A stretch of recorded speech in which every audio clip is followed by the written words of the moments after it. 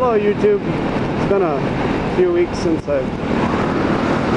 actually it's been a few months since I've posted a video. Kind of had some stuff going on. Had to prioritize things. I changed a few things on this helmet since the last video that I made with this helmet. So we'll see if that helped at all with the wind noise. It's pretty windy out today, so it's going to be a good day to test this. This is the first time that I've had this thing on the highway since, about a week and a half ago.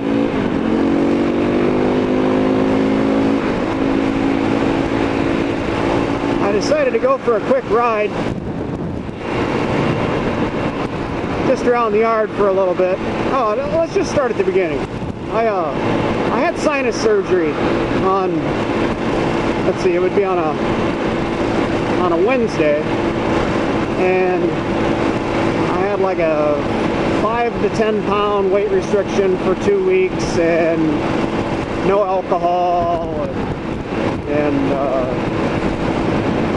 no laying down. I've been sleeping on a couch. My 2 weeks is actually up today. So anyway, back to where I was before. That was on a Wednesday. On Saturday, I decided to go for a quick ride. Even though I had all these restrictions, I was really wanting to get back on my bike. So I decided that I was going to ride around the yard for just a little bit, just test it out and see if it was going to work.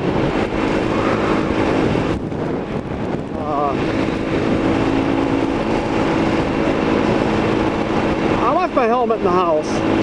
I just was going to go just around the yard for a little bit, just kind of putz around.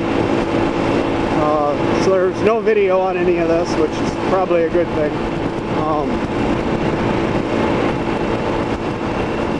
I rode around the yard for just a little bit, and everything was going really good. I was feeling like I wanted to go a little bit farther, so I cruised down to the end of our gravel road. When I got there, I buzzed down through the ditch and jumped up onto the highway. Well, I hadn't filled it up with gas in a while, and I put a 92 octane in this thing. It's supposed to run 93, but 92 is close enough. So I thought I'd run it into town quick, get some gas. Wasn't planning on doing anything stupid. I ran into town, filled it up with gas. Well, one thing led to another. Pretty soon I'm driving through the park, checking out all the people camping. On my way back, I got stupid and decided to do a little wheelie practice.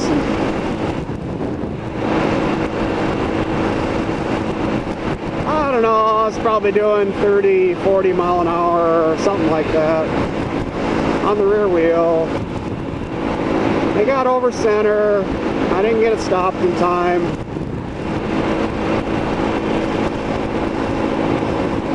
Scratched up the bike a bunch. Got a fair amount of road rash. Never let go of the handlebars, and I was able to keep my head off the concrete the whole time, so at least I didn't screw up my ugly face. So anyway, learned a couple important lessons on that day. I'm not gonna lie to you, I still ride around the yard and shit without my helmet. I've always done that, I guess. Anyway, we'll quit talking about that now.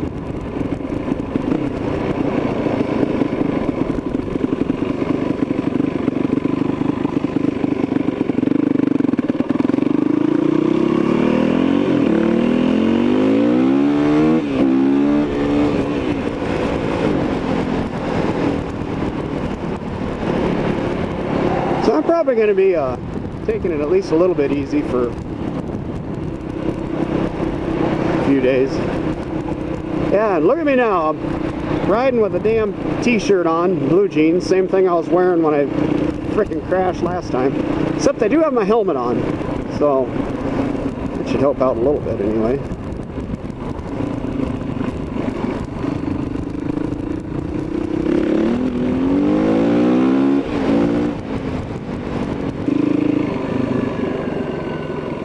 Oh yeah, just look at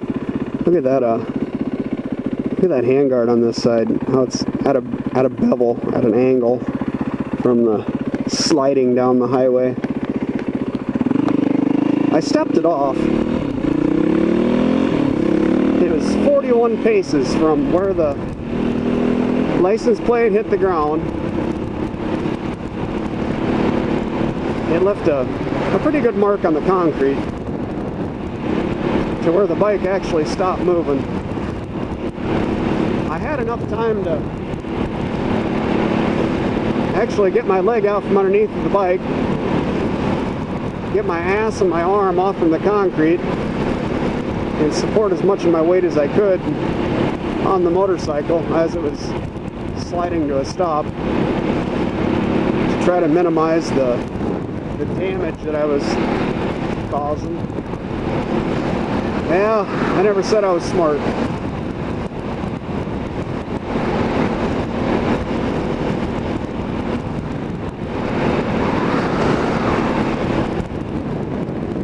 So I'm off work for, oh, let's see, the 15th was my surgery of this month, and I'm off until the 13th of next month. I've got 2 weeks of recovery from the sinus surgery, and then I'm taking just about 2 weeks of vacation that I've had built up that I have to have used up by end of this next month. So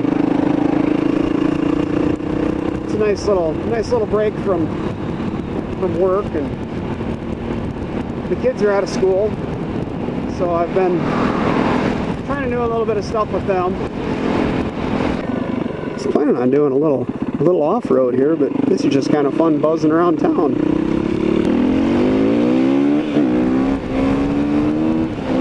Micro-wheeling.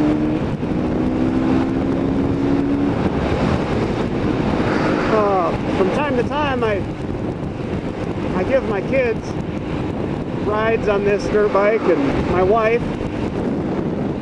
I've had a few people on here.